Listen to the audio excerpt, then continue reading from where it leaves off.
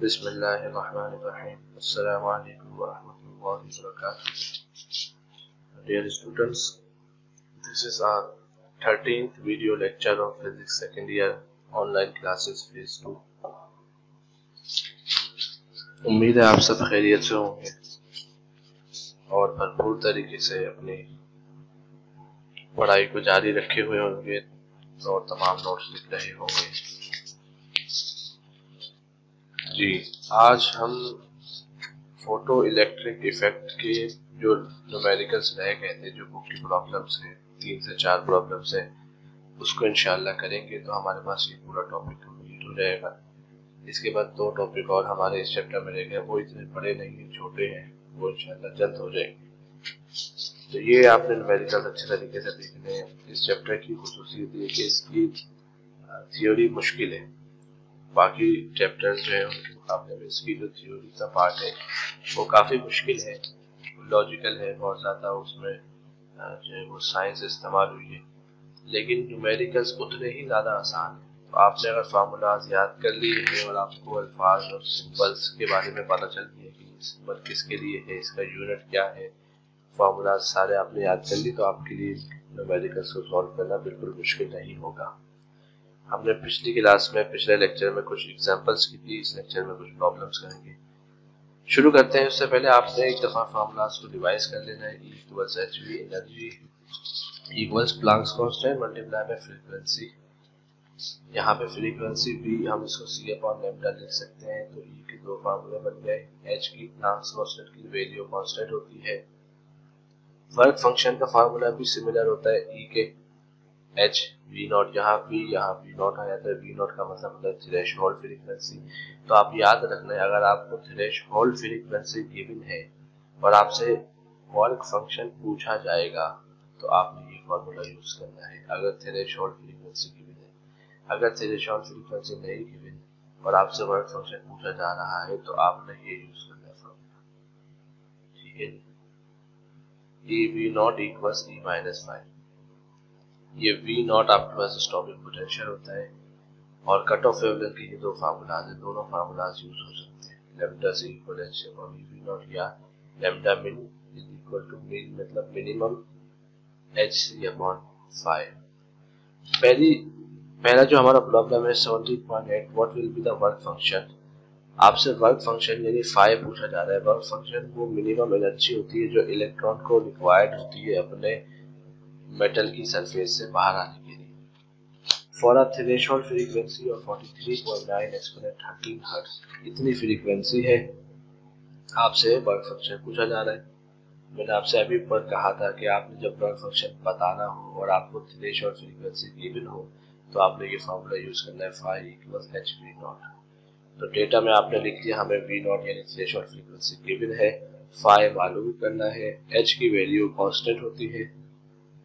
Solution, simple सा solution बनेगा, phi equals h v not. H की वैल्यू हमें पता है 6.63 exponent minus 34 multiply by 43.9 exponent 13 जो कि फ्रीक्वेंसी की वैल्यू है, थ्रेशोल्ड फ्रीक्वेंसी। मल्टीप्लाई करेंगे आपके पास एनर्जी आ जाएगी 5 जूल्स में। आप चाहें इसको कन्वर्ट कर लें इलेक्ट्रॉन वोल्ट में, तो उसके लिए आपने 1.6 एक्सपोनेंट माइनस 19 से इसको डिवाइड कर दिया तो आपके पास 5 की वैल्यू आ जाएगी 1.83 इलेक्ट्रॉन वोल्ट। यहाँ एक बात और गौर से सुन लें, समझ लें, अपने पास नोट कर लें कि जब आपसे सवाल में एनर्जी या वर्क फंक्शन वगैरह पूछा जाए तो आप उसकी वैल्यू को इलेक्ट्रॉन वोल्ट में भी कन्वर्ट कर सकते हैं और यहाँ जूल पर भी छोड़ सकते हैं, दोनों तरीके से। लेकिन बेहतर यही है कि आप उसको इलेक्ट्रॉन वोल्ट में कन्वर्ट कर लें, क्योंकि फोटो इलेक्ट्रिक इफेक्ट में जो एनर्जी वगैरह के यूनिट्स होते हैं वो नॉर्मली इलेक्ट्रॉन वोल्ट में इस्तेमाल होते हैं। दोनों तरीकों से आप कर सकते हैं। नेक्स्ट क्वेश्चन हमारे पास वो उससे भी ज्यादा आसान है, इसमें फार्मूला खुद आपको सवाल में ही दे दिया है। What will be the value of lambda minimum. Minimum energy की वेवलेंथ की वैल्यू पूछी जा रही है, उसका formula hc upon ev not. ये फार्मूला इन्होंने आपको दे दिया, यानी लैम्डा मिनिमम पूछा जा रहा है और उसका फार्मूला भी सवाल में दे दिया है। If h equals to this, h भी आपको दे दिया है, v equals 1.6 exponent minus 19 coulomb, E भी आपको दे दिया जो कि इलेक्ट्रॉन का चार्ज है, and V not is equal to exponent 4 volt 10 की पावर 4 वोल्ट। ये वी नॉट भी आपको दे दिया है and c equals 3 exponent 8 metre पर सेकेंड। इसमें से एच, ई और सी ये तीनों चीजें तो कांस्टेंट होती है, हमें पता है। वी नॉट हमें पता नहीं होता, उन्होंने वी नॉट भी दे दिया है।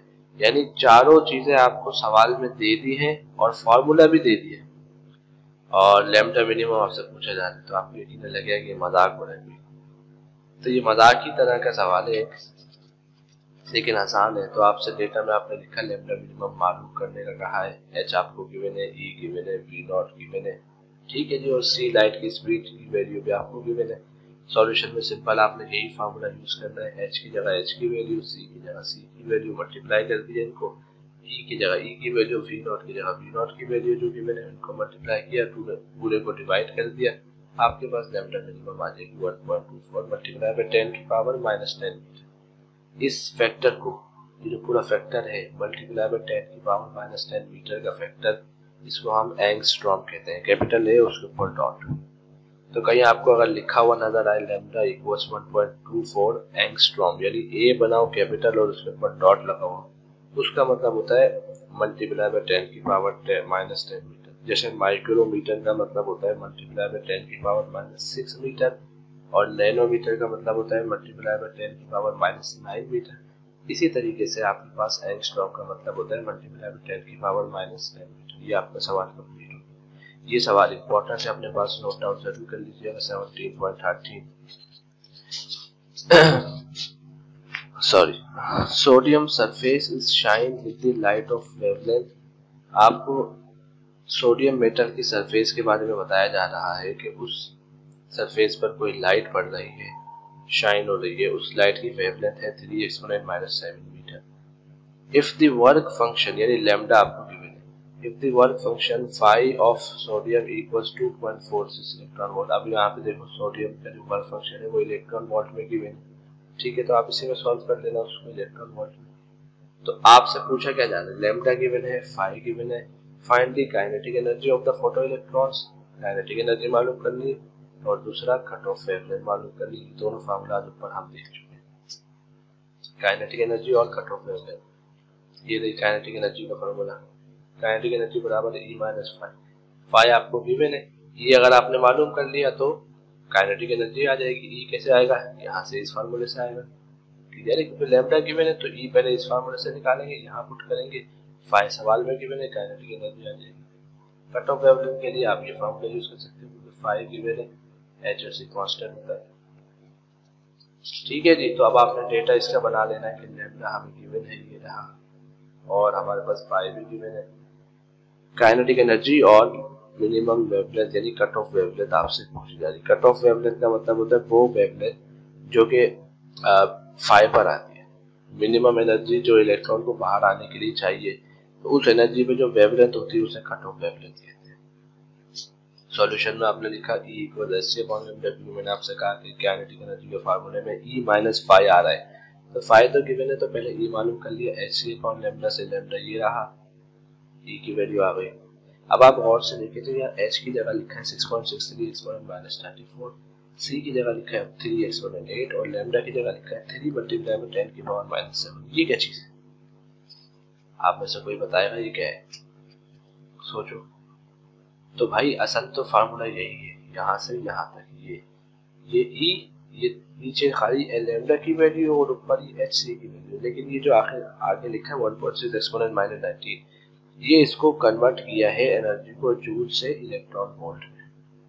अगर यहाँ पर 1.6 एक्सपोनेंट -19 हटा दिया जाए, फिर जो आंसर आएगा वो आपके पास आएगा जूल्स में, और अगर आप उस जूल में जो आंसर आया उसको आप 1.6 एक्सपोनेंट -19 से डिवाइड कर दोगे तो आपके पास जो एनर्जी आ जाएगी वो इलेक्ट्रॉन वोल्ट में आ जाएगी।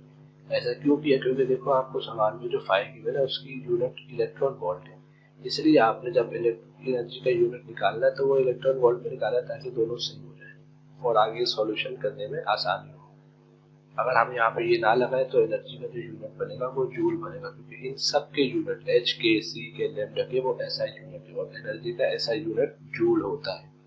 नेक्स्ट आपने काइनेटिक एनर्जी का फॉर्मूला यूज किया, ई माइनस फाई, ये आप मालूम कर चुके हो, फाई सवाल में गिवन है, दोनों को माइनस करा दिया तो काइनेटिक एनर्जी का यूनिट आ गया, वो भी इलेक्ट्रॉन वोल्ट में आ गया।